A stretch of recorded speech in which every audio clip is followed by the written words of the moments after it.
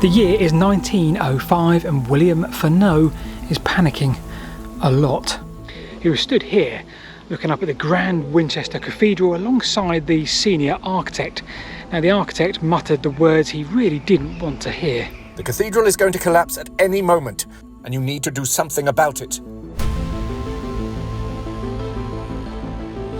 5 years prior to this, the 7th of March 1900, Furneaux resigned from his position as headmaster at Rampton School in Derby, the exact day he purchased the friary here in Winchester. Now that was a grand house, and it was said to show his ambition for his career and his intentions.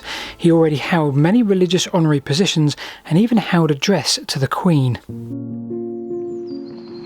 So when a new dean was urgently required just 3 years later, well, William Furneaux seemed like the obvious choice. The whole process was expedited and, well, William held the position from the 23rd of March 1903. Happy days. That wouldn't last, because within a year or so, William suffered the tragic loss of his wife. She died the 30th of April 1904, and if that wasn't enough for William to deal with... And you need to do something about it. It seems quite a few of these beautiful structures, these cathedrals, were built on water.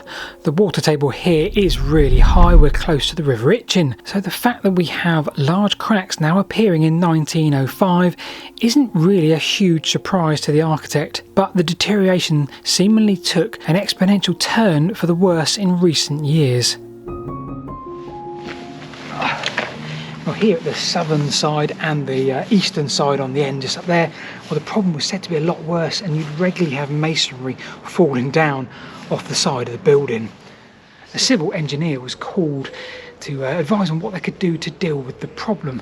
Now here we have the first of two of today's heroes in this story. We don't have any divers yet, but we do have a Francis Fox. Francis Fox wrote an extensive report on the problem and also offered a solution. He identified that the Norman foundations were pretty useless at this point. 800 years of enormous weight bearing down on the foundations, the cathedral has allowed significant movement. Fox suggested that they needed to underpin the foundations down to the natural gravel. In principle, that sounded just fine. They'd need to fill in the gap between the foundation of the building down to the gravel below. The soil and the peat in between had been significantly crushed over the last 800 years or so. Autumn 1905 and work starts, and they dig into the peat and soil with every hope of filling that gap until the water starts pouring in. March 1906 and a long wet winter didn't help. Hardly any progress had been made at all. In fact, the water was becoming more of a problem with every dig of the shovel. Fox was once again called in, and this time he suggested a very simple solution: divers.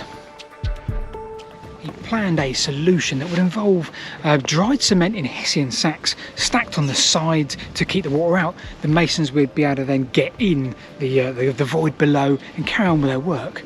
So the divers were called in, William Walker and Rayfield. They split shifts. Rayfield did Monday to Wednesday and Walker would cover Thursday to Saturday.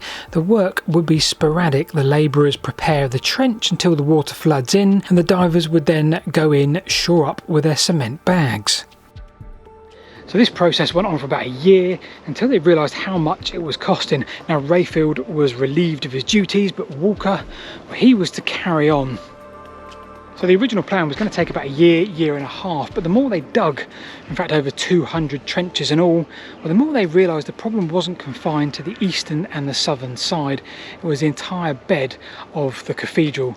This was going to take about 5 years. So whilst we have Walker, the really experienced diver who's normally used to like dangerous marine work, well, he's only going 15 or 20 feet under the cathedral. That didn't mean that there were no dangers at all involved in this work. 1. Walker would be exposed to the foundations above him, literally hanging down daily, with the knowledge that there was nothing holding these exposed foundations. And number 2, at the start of each day it was noted that the waters were very still and relatively clear. The second Walker moved in those foundations and the water, the soil and the debris stirred up. Visibility quickly became zero and Walker essentially worked blind. He would use over 25,000 of those cement Hessian bags. He would use over 114,000 concrete blocks and over 900,000 bricks to shore up the cathedral. It was a monumental undertaking, but can you see anything today? Well, apparently if you look at the eastern end and look towards the window, there is a ½ foot of alignment out. Now on the day I couldn't see it, but apparently you can also see cracks that have been filled in at that point. There's also small glass plates, very thin in place, and these have been installed to monitor any movement whatsoever. All good so far. Apologies for the interruption, folks, before the last twist in that video. A small minute of your time for a little announcement. And it is a good twist in the tale, so keep watching. Now, you'll have noted over the last year, 18 months or thereabouts, we've tried to make the videos on this channel really well researched, really well edited, and trying to make ourselves a really decent production that we're proud of every single video. So we've had the odd week off here and there. Now with that in mind, we have created the Whitewick mixtape, which is another channel which basically is everything else. Everything that's not really a story as such. We're going to put it on there. When we do a big research into one of these normal videos, it doesn't always work out and we're always left thinking, oh, there's half a story there. It's not really a full story.